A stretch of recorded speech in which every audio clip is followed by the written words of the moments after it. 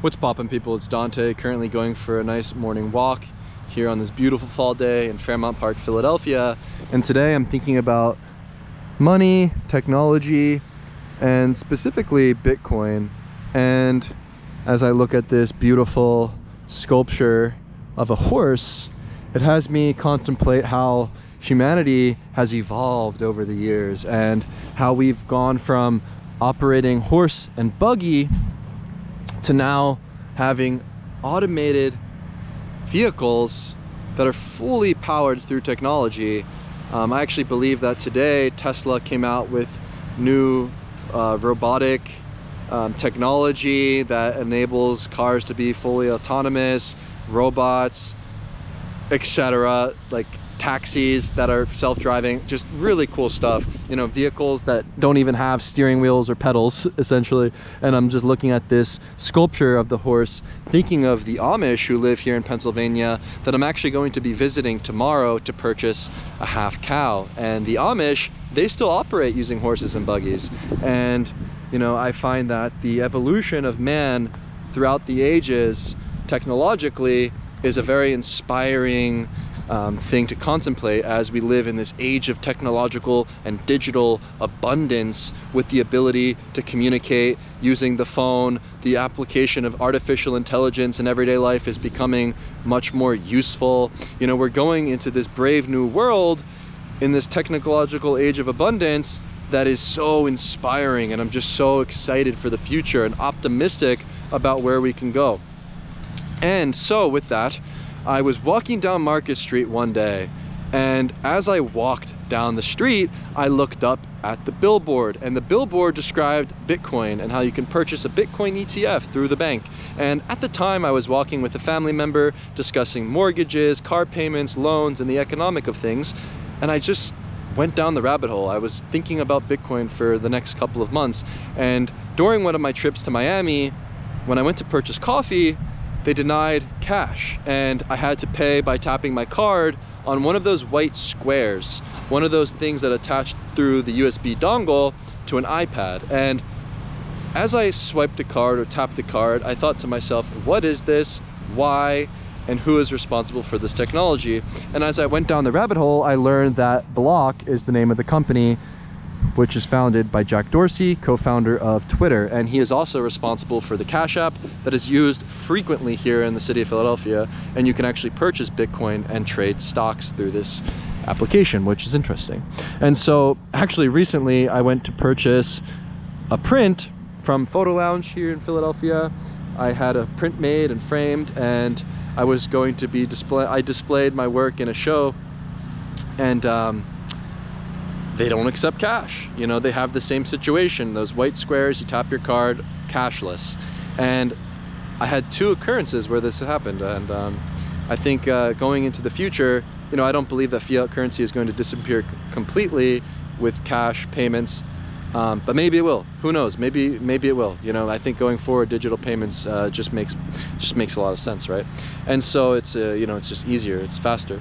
And so actually, the funny thing is, the show that I was presenting my photograph in was called Public Ledger.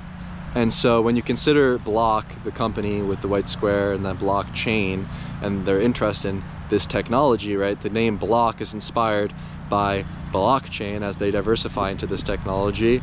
It's quite funny because, you know, the show being Public Ledger, you know, that's what blockchain is, right? It's a decentralized public ledger that showcases every transaction ever made since the implementation of Bitcoin in 2008. And yeah, there's something about the decentralized nature of this technology that I'm very interested in, and the way in which it separates you from the banking system in a way, and it gives you autonomy and sovereignty over your wealth. And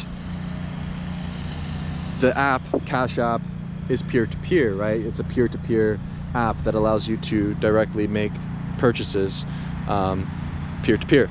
And so as I continued to go down the rabbit hole and learned about this Bitcoin thing, I discovered Michael Saylor, who owns the most Bitcoin. And I spent a lot of time studying his thoughts and his philosophy, and watched his full series on What is Money. It's about 18 parts, I believe, and it goes into the detail and the nitty-gritty detail about what money is from, you know, the Stone Ages to the Iron Ages and into the future of gold, silver, and then now with fiat currency and digital assets.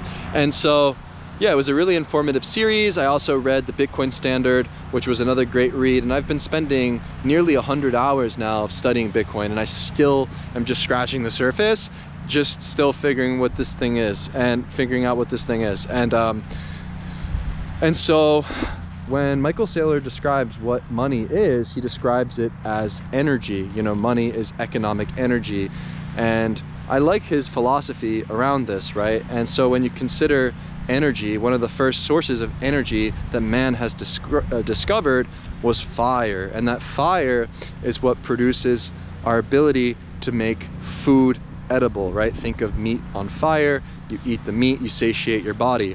And what's interesting about the body is the fat that we store within our body through consuming protein and fatty red meats is quite similar to the idea of storing energy, right? When I store my body with energy from meat, the fat on my body gives me that raw vigor and power to carry out the day, right? Where our bodies are very similar to a battery charged with energy from the foods that we consume and perhaps even the sun. And so this is maybe besides the point, but I think that when we live in a society here in the United States of America where our economic energy is depreciating in value over time, well then maybe we need to find an alternative solution to storing that energy that will provide value to us in the future. And I think the problem with money is that we print it out infinitely. And I think of the implementation of the Federal Reserve and the way in which we fund wars and print more out and, you know, constantly essentially inflate the money supply, which then puts the country in a deficit, in debt. And I would like my dollar to appreciate in value over time. However, the current state of our economy, our dollars are depreciating in value, and it's quite obvious. Go to buy groceries, go to do anything, the prices are obviously inflating and your dollar is depreciating in value. And so I think of one of the first examples of what modern day banking essentially is. I think of the Knights of Templar and these knights that you know, protected wealth for pilgrims that would make voyages and journeys to the Holy Land. And so essentially a pilgrim could come and leave gold with the Templar, and the Templar would then give that pilgrim a check which would be the proof of him having wealth. And they would go to a different Templar location upon their journey, arriving at the Holy Land, bring them the piece of paper, and that piece of paper would then be processed by the Templars. They would go into the treasury and give their wealth to that individual. And so this is essentially very similar to modern day banking, where today is Friday, I will receive a check. And so I will go to the teller at a bank with my check. And when I give the check to the teller then processes that piece of paper, and that paper turns into a number that appears on my bank account. The problem is, however, this technology that we use with central banking is almost, it feels like to me, it's like as slow as the freaking Templars, right? Saturday, Sunday, banks closed. Monday, half of the funds arrive. Tuesday, this is my reality, the full funds arrive. I have to wait 5 days, I believe, to receive my funds. And this is crazy, right? This is old technology in a modern world that's advancing rapidly. And I just can't help but see that. You know, the funny thing about the bank too is when you go inside, they constantly tell you to use their mobile app. You don't have to come in, right? Just scan it on your phone. You don't have to come in and talk to us. You know, they just want you to use the digital technology. You know, they constantly preach that when you enter a bank. And so with that, I think about the system that is in place being fractional reserve banking and what this means. And so essentially I'm indirectly inflating the money supply, as the number that appears in my bank account isn't necessarily real, right? It's just a number, right? If everybody went to the bank today and decided they wanted to pull out all of their funds, they couldn't provide you with that money because they don't actually have it in their accounts. And so with that, the money supply has to increase over time. They'll print more money out, which then in turn depreciates the value of your dollar. And so when it comes to energy, perhaps it's best for us to store that energy, right? And I want to store my energy in a place where it can appreciate in value over time. And so the solution to that storage of energy is perhaps Bitcoin, as Bitcoin is a technology that provides true scarcity. And the reason why it is truly scarce is because there will only ever be 21 million Bitcoin.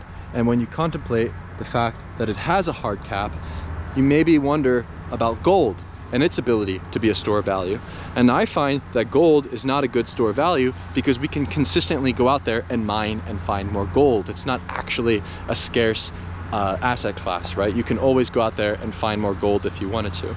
And so with Bitcoin being cryptographically immutable and sealed at a hard cap of 21 million, I have faith in the technology that it will inevitably increase in value over time as there is a hard cap of 21 million. And so when I consider scarcity and the idea of Bitcoin holding value, I think about what this means. And I believe it goes beyond simple ideas of digital gold.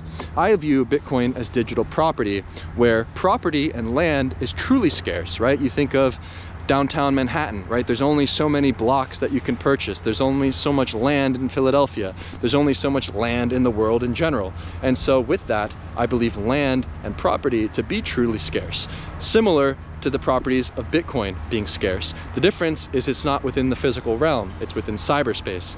And I find this to be a very liberating thing for an individual who doesn't necessarily desire to own physical property, as physical property requires maintenance, it requires taxes, it requires you to be vigilant and to make sure no one breaks in or destroys your property. And you can't take it with you, right? Whereas Bitcoin is essentially portable, right? Bitcoin is something that you can take with you anywhere in the world. It's like having your own digital property that you can transport anywhere, and you can do it instantly. The craziest thing that I thought of with Bitcoin is that you can essentially send millions of dollars from here to Tokyo in the snap of a finger. I mean, that's amazing. This is revolutionary. It's similar to us receiving the internet capabilities in the early 80s or 90s when it was introduced. It's almost a similar technology as of discovering, you know, the idea of using a telephone and, you know, inventing these kind of technologies. And it's like, wow, like we're moving forward now into this digital age, and I'm just so excited and optimistic about it because it's providing hope in my life. And I have hope and optimism for the future when I invest my money into Bitcoin. And that to me is what it provides me. It's this hope and optimistic outlook onto the future. It has nothing to do with trying to get rich. It has nothing to do with, you know, trying to become a millionaire quick. It has everything to do with the freedom it provides me and the hope it has in for me in the future as a member of Generation Z, right? 1996, I'm 28 years old, right? It's kind of impossible. You know, you look at the price of any home, you know, acquiring a property for our generation, it's out of reach.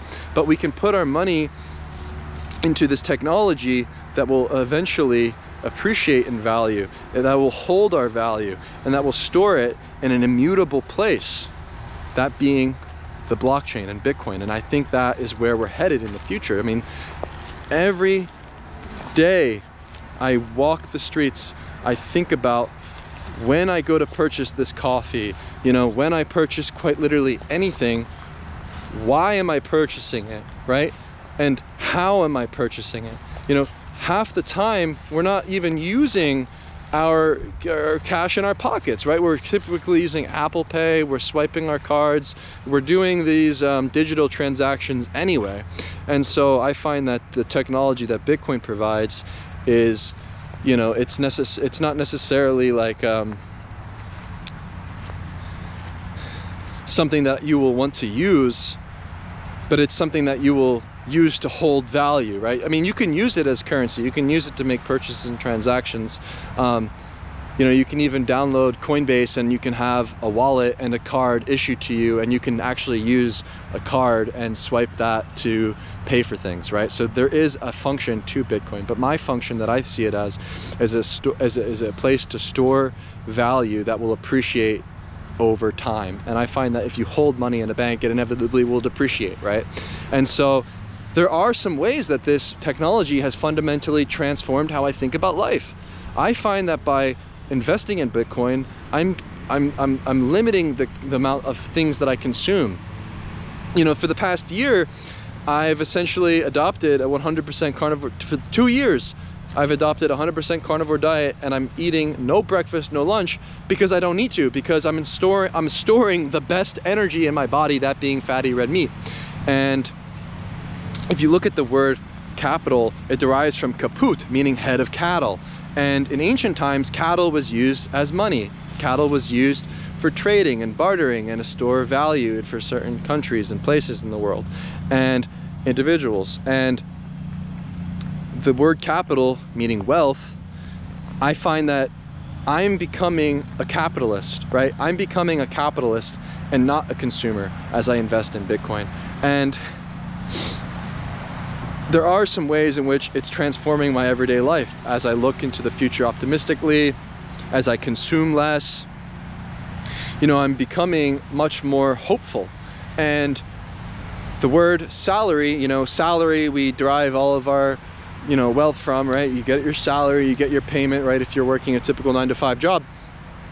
That word salary derives from salt. Salt being this incredible mineral that was used in ancient Rome to preserve food.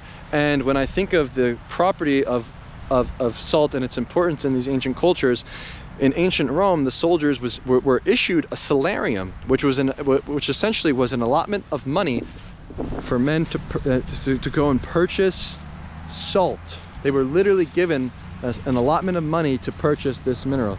And that is where we get our the word salary from. It's literally, it just means salts, right?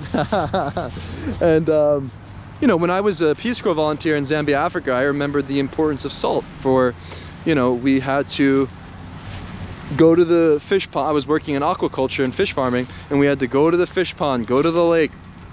We would harvest the fish, we would bring it home, we would dry it, and we would salt it and store it out in the sunlight so that it would be preserved for the next week or two, for they do not have electricity in these rural villages and actually still needed to use, in some places they still need to use salt as a way for them to store and preserve their food. And so there is very, very interesting etymological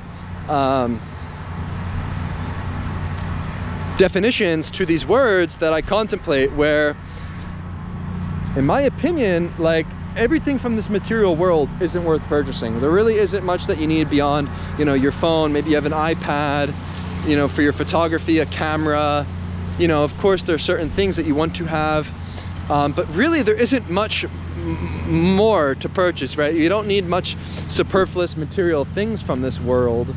And if man truly needs only meat, salt, and water, you know, what else are you going to do with the money then? You know, if I'm only purchasing, you know, meat and salt, and I have a place to sleep, well then what do you do with your money? You just let it sit in an account and have it depreciate in value over time, right? I think that's a fool's, you know, game. But I'm thinking the rich, they invest in the best, and the best, it does seem to be Bitcoin. And I am very grateful to have really went down this rabbit hole and discovered this technology. I may not be able to explain it. I may not be the best at understanding it and being able to regurgitate what I've learned right now, but I'm just getting started, and I'm just starting to purchase Bitcoin for the past year in 2024, and it's completely transformed how I think about the future. It completely transformed how I live my everyday life. Like I said, I am no longer a consumer. I'm a capitalist. Welcome to America, baby. This is what it's all about. And I think that is the shift it's made in my life. It's made me more hopeful, optimistic, all of that kind of good stuff. And that's why I love Michael Saylor's website. It's literally called hope.com. So if you want to learn more, go to hope.com, go to michael.com and check out his information. I think it could definitely maybe benefit one other person that hears this. I'm really happy and excited to share this. And yeah, hopefully it can impact one other person to decide for themselves and to do the research themselves, because you really have to do your own research to understand this kind of stuff and this technology, because it's very new. It's yeah, it's all I think have to say. maybe some of it made sense, but I'm looking forward to visiting the Amish tomorrow and getting my capital, my wealth, my half cow, my hundreds of pounds of beef that I will store in my war chest. I mean, what more does a man need? Meat, salt, water, and Bitcoin. I don't need anything from this world. I want freedom. And that's what Bitcoin provides, I believe.